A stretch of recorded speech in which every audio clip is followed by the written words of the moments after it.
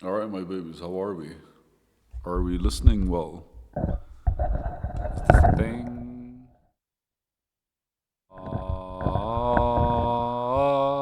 Okay. Uh, Today's note is about when you hear someone say or talk about something interesting, take it in a way of looking slash observing, a way of perception, not a way of thinking.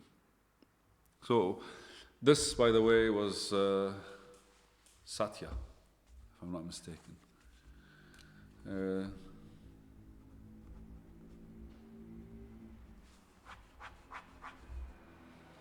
oh, sorry, I kind of like did my thing first.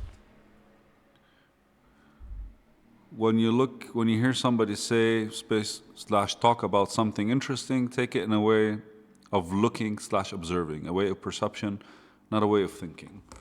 So I'm going to do two things right now. I'm going to Google what observation is. Oh, look at that. Distinguished gentleman. Where's Google? Okay, wait. Google, where are you? Thinking. Thinking, dudes. This quote inspired me to realize something. So hear me. I always say we don't really think. Our brain, our mind does its thing, right? At best, we could do is process. The idea behind it is we're the intention, and we're the intention behind whatever action or activity is happening. Now, I mentioned here looking slash observing, so I'm going to read what observing truly means. Observing means giving particular attention, habitually attentive to what passes, observant.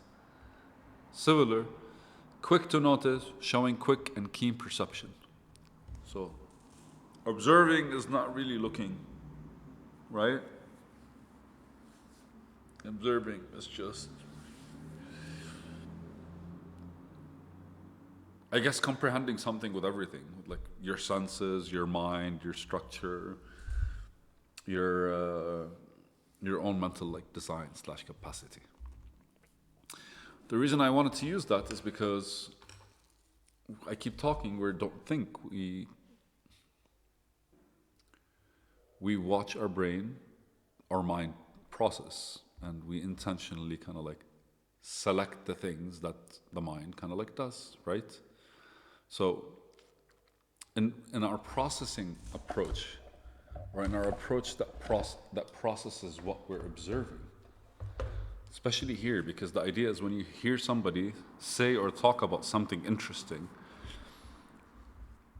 the first thing we're saying, it's changing how I think.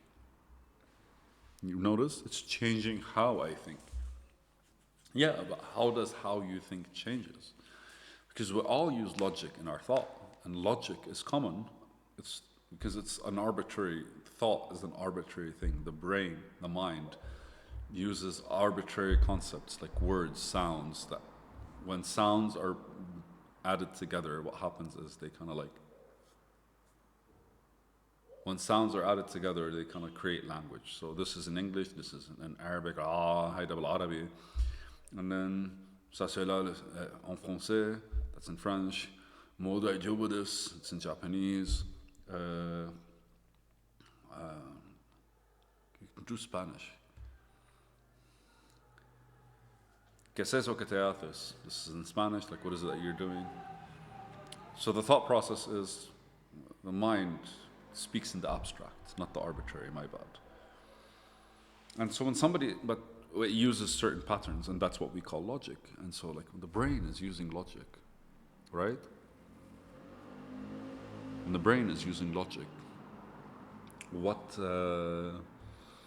Then how do we think differently? So the idea that he sent, the guy, that Satya, his name, he was speaking about, instead of taking it in a way that kind of like,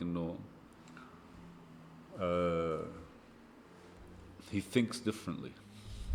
Why not take it in a way where he sees the world differently, he perceives the world differently, he engages in the world differently, right?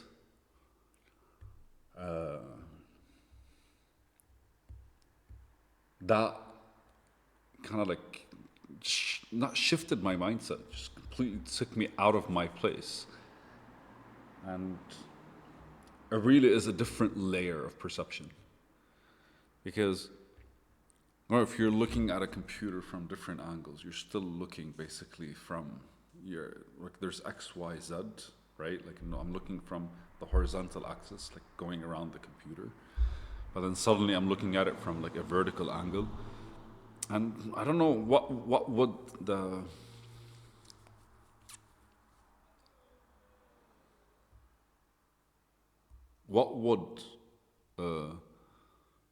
a fourth dimension, fifth dimension look like?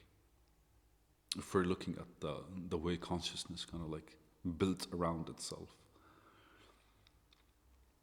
And effectively just noticing how we're all using patterns in order to build a storyline, build a structure, build the reality in front of us.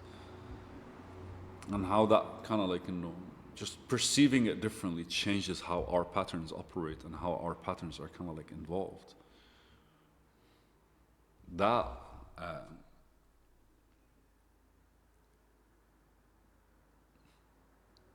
really shows us the world differently, which allows for the system that our mind operates on.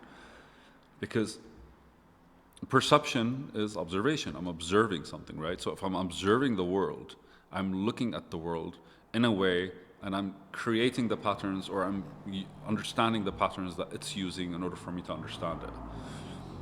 But those patterns are only created within the realm of what I'm capable of seeing, right? Because any way I think about it, as I think, I am thinking within that scope.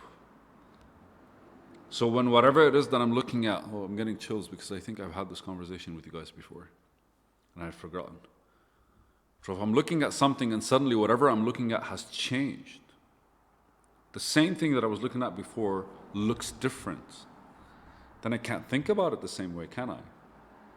I have to think about it given the new way it kind of like presents itself. My logic, my reasoning, my patterns of thinking have to adjust to the new way of looking at things. So what we normally do is when we're talking to people, we kind of like see, I like the way you think. And what happens is basically we try to apply that train of thought. But that train of thought, if it gets applied or if it works, ends up kind of like on the surface adjusting the world a bit, or adjusting the element itself of the thought. But when we look at it from a perspective, from an angle of perception, what it does, it exposes changing our angle of perception changes the whole world, not the one thing that we were discussing, not the one observable element. Like in a way, that's basically it. Like if you just look at the element that you're working with, what you're doing is you're basically like exploring it. If you're looking at thought, you're exploring that thought and you're kind of like adjusting your train of thought. But you don't truly understand it because you haven't adjusted the way you look at the world. And that thought might adjust how you look at the thing that you're talking about. And it changes its presence in your realm. But the realm is in your reality. But when you're thinking about your own, when you're looking at it from a perspective standpoint, you'll definitely have to, just seeing a different perspective allows you to shift from your own. It allows you to explore the in-between your perspective and that perspective. And the end result is a complete world change, a complete a world that has that has everything around it. A world that literally has all layers to be explored. Because ultimately, you're always trying to explore, you're always under trial to see things differently. Anytime something clicks or doesn't click, it's because what you're trying to look at is still not presenting itself in the form where you're able to comprehend it. And granted, I'm paying attention to one thing, and I think that's what Miyamoto Musashi talks about, the way.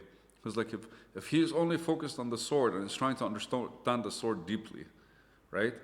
If he understands how he's perceiving the sword and how that changes, then the world and its perception keeps changing as he moves across, as he translates his observation into the world. Because I'm looking no longer just at the sword. Anytime I look at the sword, I look at the world as well.